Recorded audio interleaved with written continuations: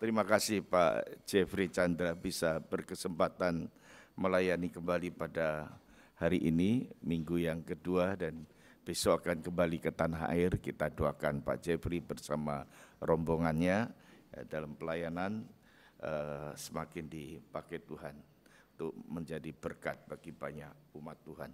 Saudara sekalian, kita sampai pada Esra pasal yang ke-9.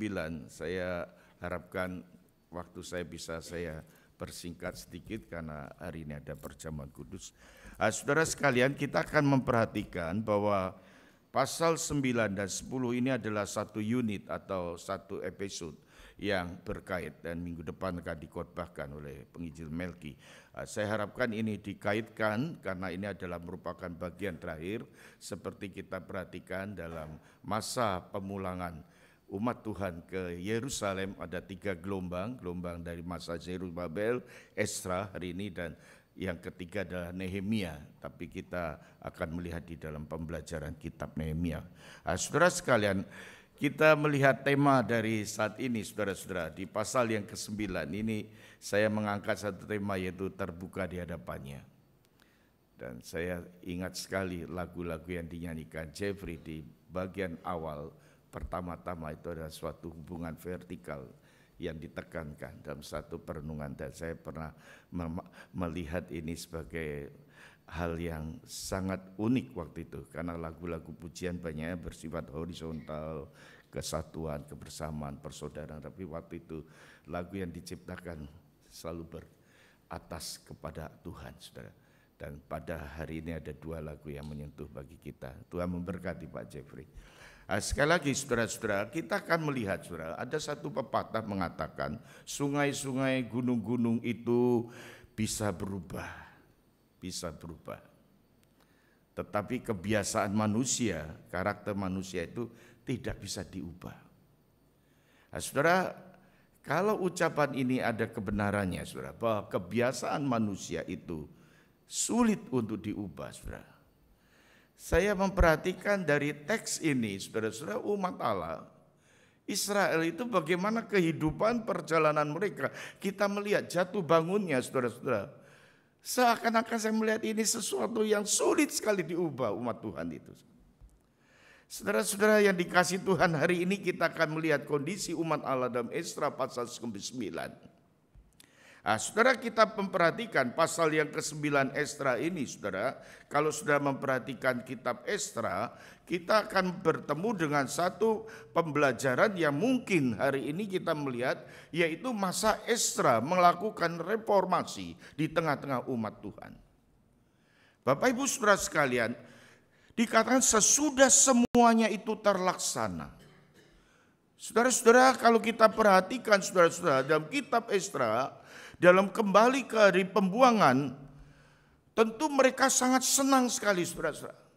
Ada satu euforia, ada satu kegembiraan, ada satu kemenangan yang betul-betul mereka boleh rayakan dalam kehidupan umat Allah. Tetapi itu tidak berlangsung begitu lama. Saudara-saudara, bagian pasal 9 ini, saudara-saudara, ketika Esra kembali ke Yerusalem, kalau saudara memperhatikan di pasal 7 ayat yang ke-8 dan 9, saudara memperhatikan di sana, saya melihat, saudara-saudara, itu ada satu masa dikatakan di sana, saudara, dia kembali pada bulan yang ke-5, saudara. Kalau saudara memperhatikan di ayat yang ke-8 dan 9 di situ. Saudara, kalau kita memperhatikan waktu itu dan kita perhatikan pasal 10 ayat yang ke-9 itu di bulan ke-9. Atau kalau kita perhatikan kalender Masehi adalah di antara bulan Agustus dan bulan Desember. Hanya sekitar 4 atau 5 bulan. Perubahan itu terjadi, saudara-saudara. Saudara-saudara, inilah yang disaksikan oleh Esra pada waktu itu. Baru saja mereka merasakan sukacita, baru saja mereka bertobat, baru saja mereka dekat dengan bait Allah, tetapi berubah lagi, saudara-saudara. Ayat yang ke-1, ayat yang kedua, kalau saudara memperhatikan dari catatan kitab Esra pasal yang ke-9 ini, saudara, mereka tidak setia. Ketidaksetiaan mereka, ketidaksetiaan umat Allah ini saudara-saudara, kita melihat itu ditunjukkan dengan kehidupan kawin campur. Ayat 1 dan 2 tadi. Saudara-saudara, penulis mengatakan di sini saudara, setelah 4 atau 5 bulan saudara-saudara, ketibaan Esra di Yerusalem ini, Esra pulang membawa satu reformasi spiritual. Saudara-saudara, reformasi spiritual ini saudara-saudara bagi umat Tuhan, bagi jemaat hari ini saudara-saudara, ini ternyata kita itu bergumul saudara-saudara. Reformasi itu bergumulan, reformasi itu saudara-saudara ada pergumulan rohani saudara-saudara. Saudara, pada zaman abad pertengahan saya katakan gereja itu luar biasa. Kalau saudara pergi ke Eropa hari ini saudara-saudara, peninggalan gedung-gedung gereja itu luar biasa sekali. Saya memikirkan, membayangkan apakah hari itu tidak ada pendeta-pendeta yang bagus.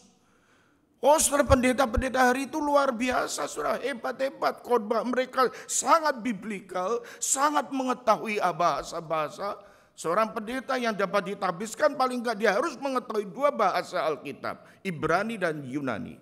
Karena ini adalah bahasa yang dipakai oleh Allah di dalam penulisan Alkitab. Mereka juga mengetahui bahasa Latin saudara.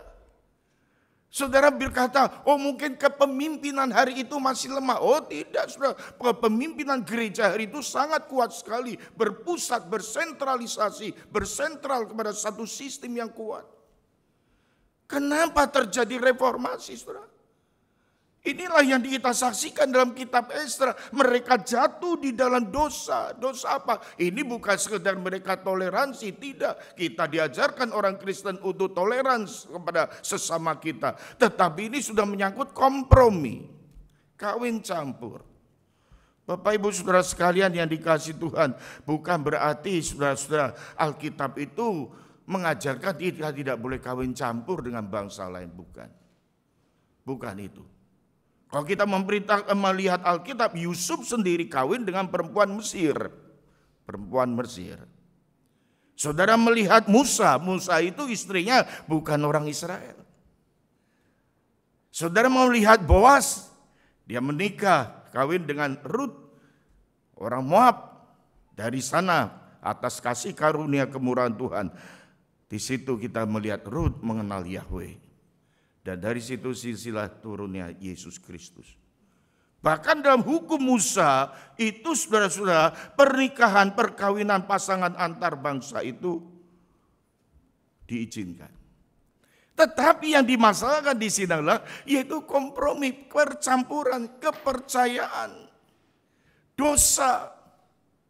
Saudara-saudaraku yang dikasihi Tuhan, kalau kita perhatikan di sini saudara-saudara, kita hari ini bukan tidak menghadapi kesulitan dalam perkawinan, kita menghadapi orang yang sebangsa, orang yang selatar belakang suku saja masih ada perbedaan. Saudara dan saya, suami dan istri mempunyai perbedaan, 2 pribadi yang berbeda. Bukan hal yang mudah. Tetapi ini sudah menyangkut kepada kepercayaan.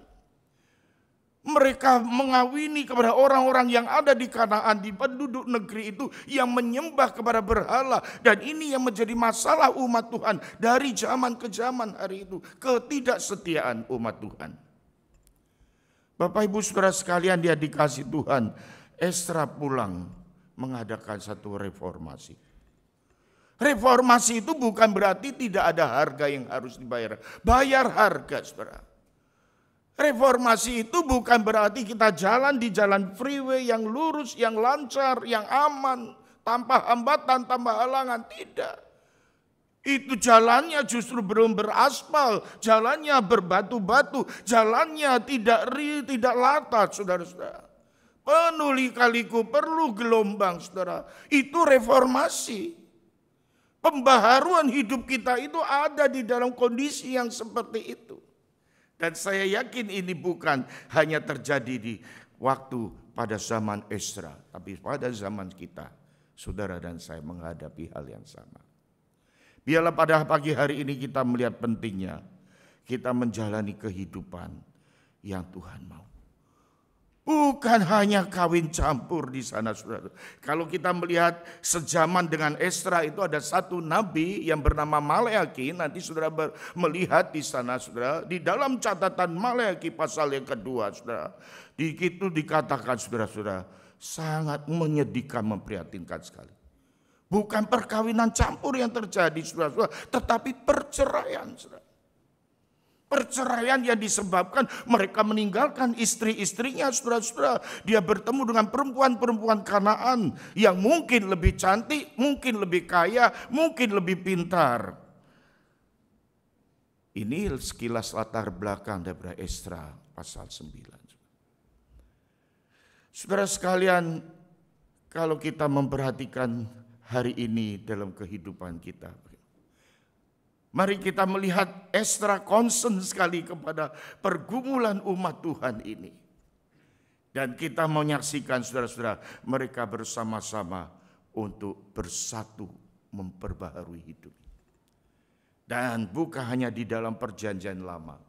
Perjanjian baru pun Paulus menekankan berkali-kali tentang kebenaran ini, saudara-saudara. Dalam surat Korintus, saudara memperhatikan di sana, saudara, apakah mungkin, apakah bisa kebenaran itu bersatu dengan kedurhakaan? Apakah mungkin persekutuan antara terang dan gelap? Apakah mungkin terjadi keselarasan antara Kristus dan Belial? Belial itu dilambangkan kejahatan. Apakah bisa berjalan antara believers dan non-believer?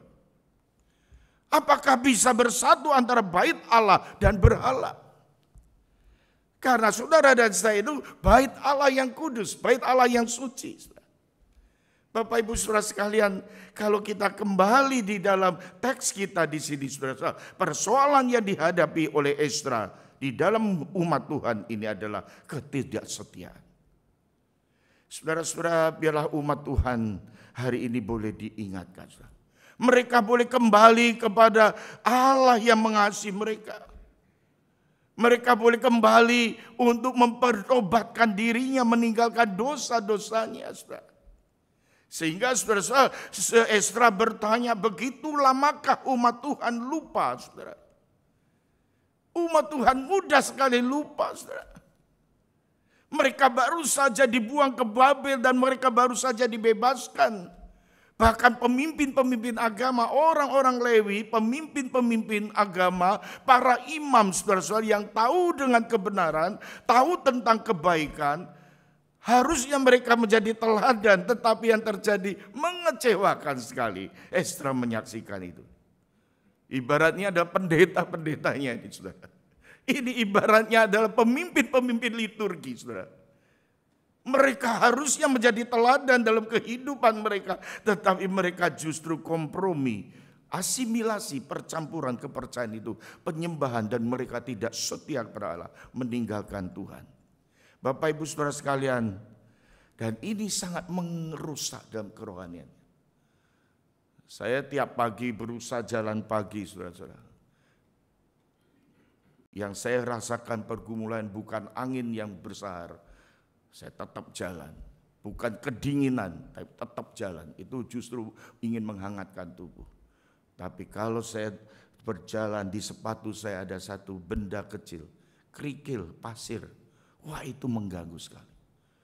Dan itu harus saya lepaskan. Sepatu harus saya buka, saya bersihkan.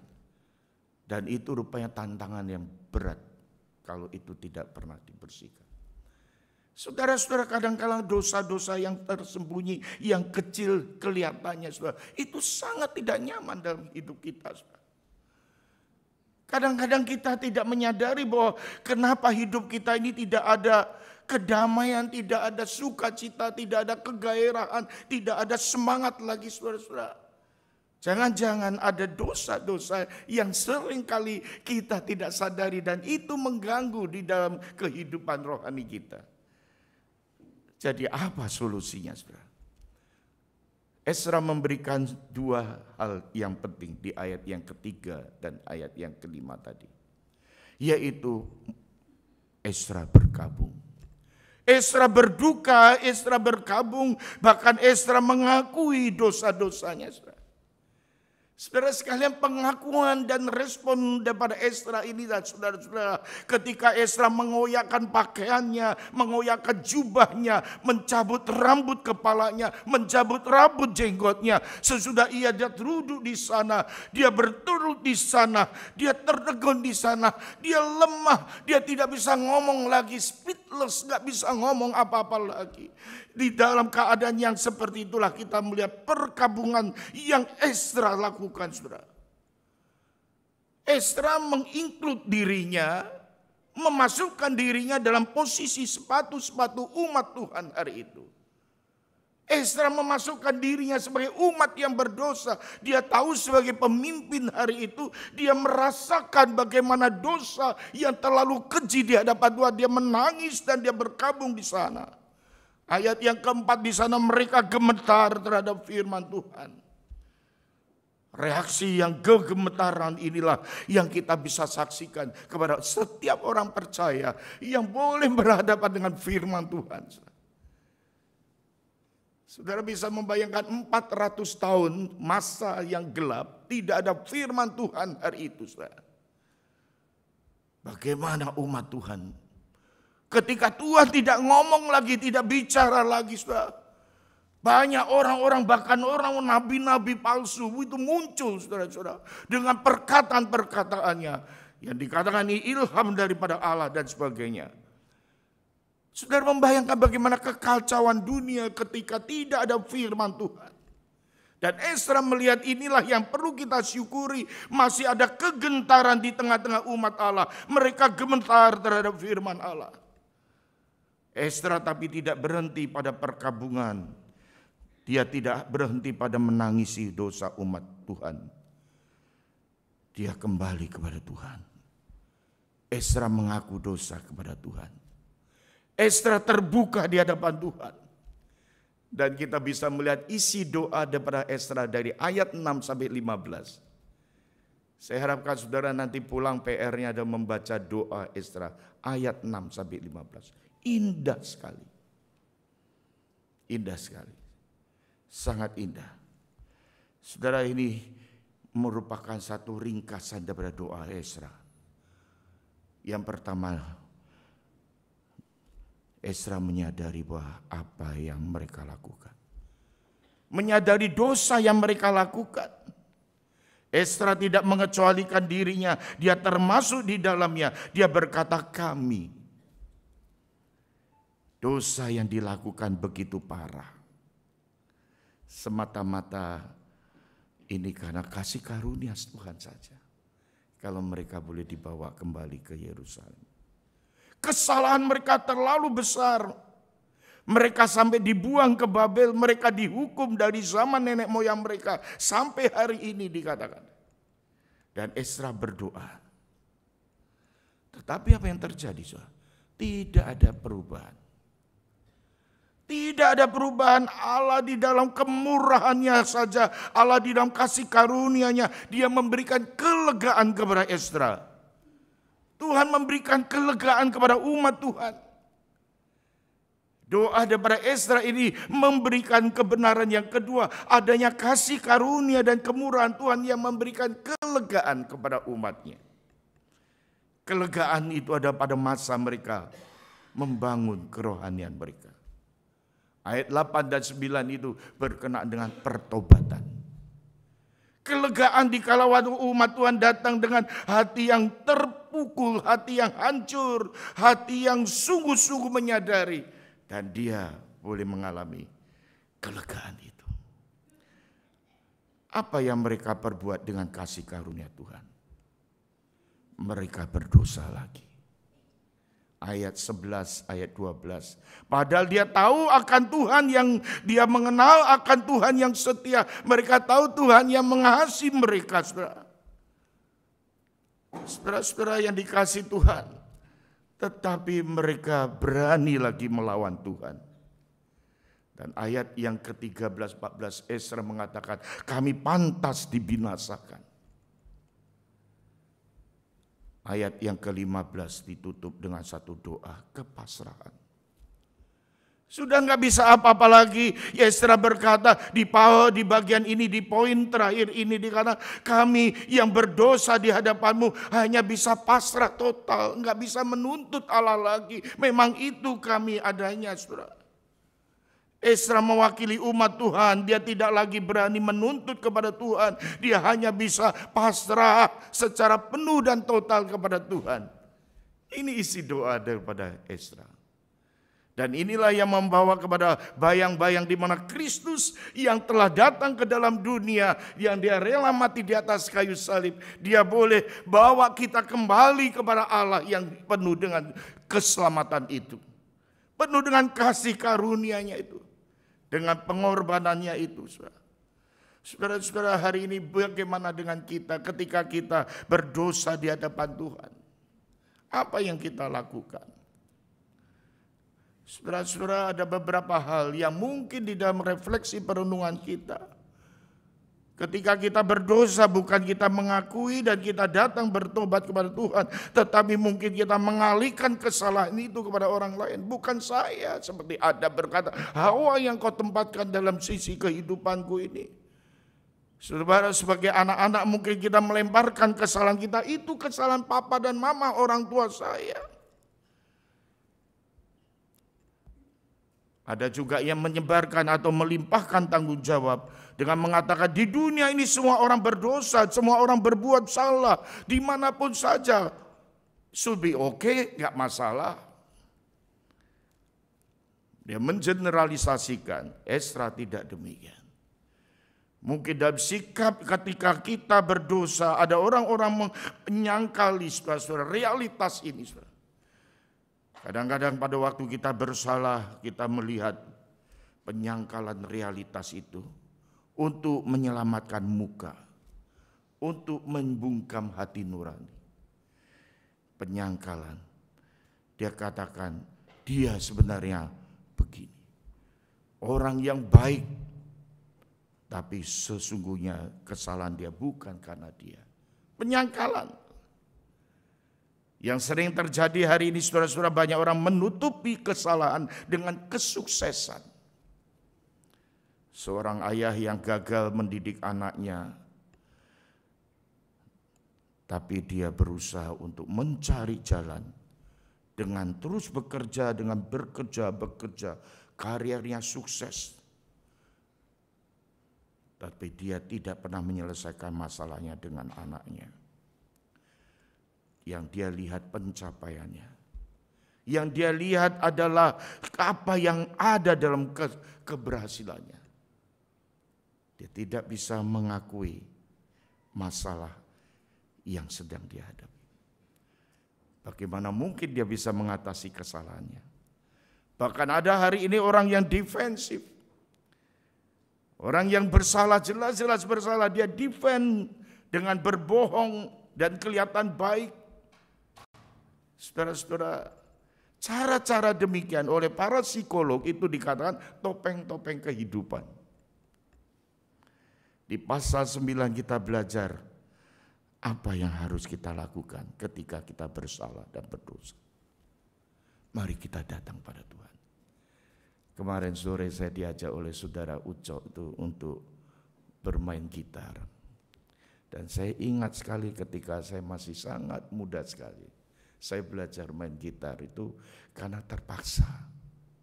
Saya praktek di satu gereja, gak ada yang main gitar.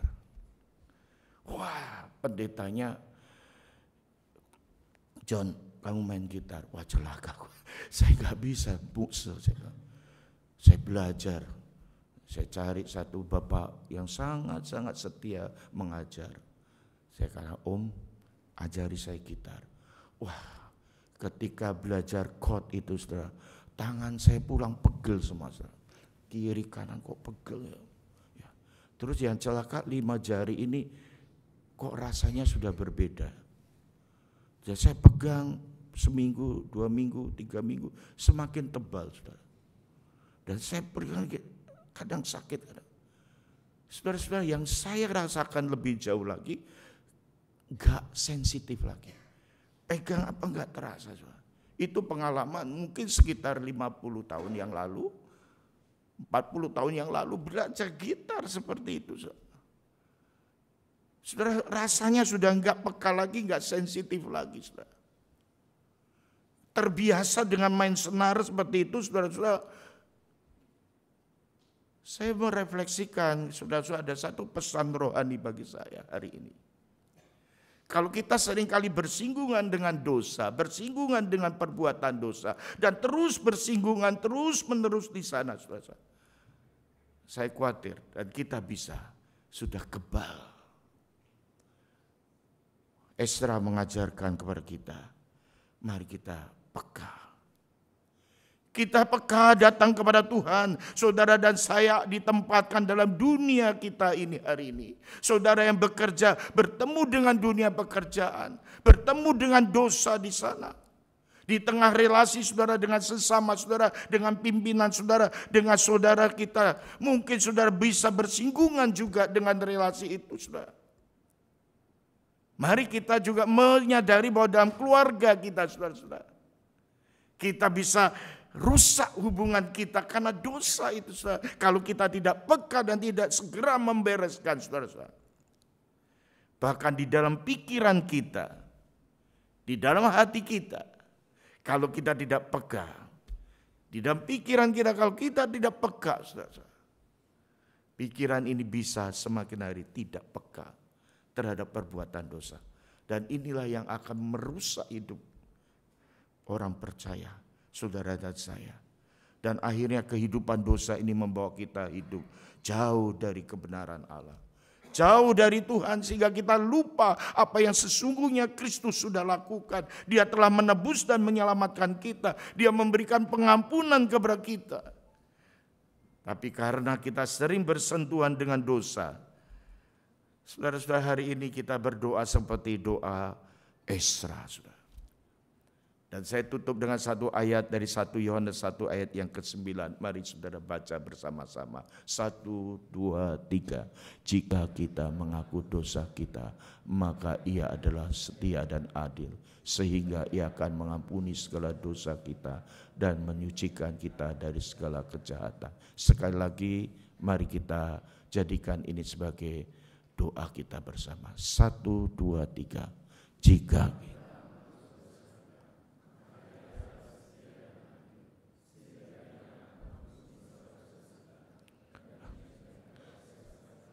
menyucikan kita dari segala kejahatan.